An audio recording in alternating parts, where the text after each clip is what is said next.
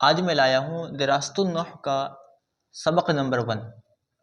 سبق نمبر 1 میں یہ بتائیں گے لفظ کسے کہتے ہیں، لفظ کی کتنی قسمیں ہوتی ہیں اور کیا کیا ہوتا ہے۔ تو دیکھیے، لفظ جو بات آدمی کے منہ سے نکلتی ہے اسے کیا کہتے ہیں؟ لفظ کہتے ہیں۔ اب لفظ دو طرح کی ہوتی ہے، موضوع اور محمل۔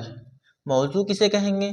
معنی دار لفظ کو کہتے ہیں، جیسے واٹر، پانی، یعنی جس لفظ کا کوئی معنی ہو، جس لفظ کا کوئی معنی سمجھ میں آئے، جس سے کوئی بات سمجھی جائے، تو اسے کیا ہیں؟ موضوع کہتے ہیں۔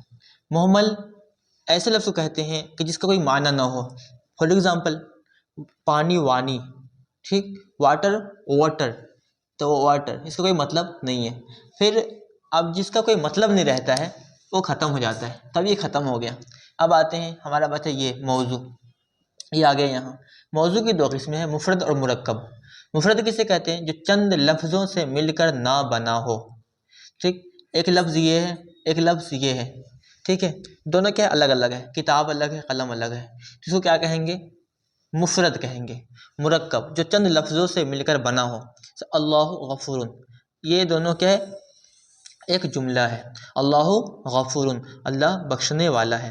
اگر اسی کو الگ الگ کر دیجئے، اللہ الگ، غفور الگ، تو یہ کیا ہو جائے گا؟ مفرد ہو جائے گا۔ لیکن کیا دونوں کو جب جوڑ دیے ہیں تو یہ کیا ہو گیا؟ مرکب بولیں گے اس کو۔ اب یہاں آتے ہیں ٹینس۔ ٹینس 3 طرح کی ہوتی ہے، پریزنٹ، پاسٹ، فیوچر، جیسا کہ آپ جانتے ہیں۔ اسی طرح سے اردو میں بھی زمانے کی 3 طرح کی ہوتی ہے۔ کون کون؟ ماضی، حال، مستقبل۔ ماضی کسے کہتے ہیں؟ گزرا ہوا زمانہ، ٹھیک۔ تو ماضی گزرا ہوا زمانہ، جیسے یسٹرڈے جو کل گزر گیا، یعنی کیا؟ پاسٹ، موجودہ۔ حال جس کو ہم کیا بولیں گے؟